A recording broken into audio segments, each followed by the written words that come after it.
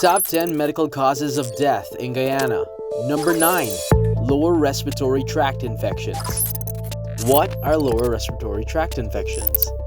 Lower respiratory tract infections are any infections in the lungs or below the voice box.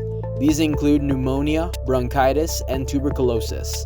A lower respiratory tract infection can affect the airways, such as with bronchitis, or the air sacs at the end of the airways, as in the case with pneumonia.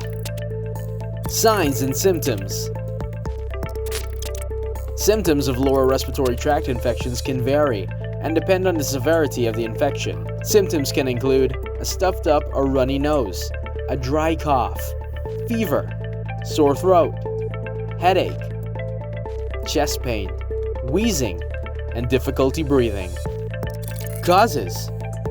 Infections in the lower respiratory tract are primarily the result of viruses, as with the flu or respiratory syncytial virus (RSV), bacteria, fungal infections, mycoplasma, which are neither viruses or bacteria, but are small organisms with characteristics of both.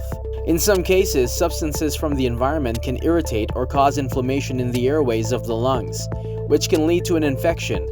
These include tobacco smoke, dust, chemicals, vapors and fumes, allergen, and air pollution. Treatment. Some lower respiratory tract infections go away without needing treatment. People can treat these less severe viral infections at home with over-the-counter medications for a cough or fever, plenty of rest, and drinking plenty of fluids. In other cases, a doctor may prescribe additional treatment. This may include antibiotics for bacterial infections or breathing treatments, such as an inhaler. In some cases, a person may need to visit the hospital to receive IV fluids. Prevention.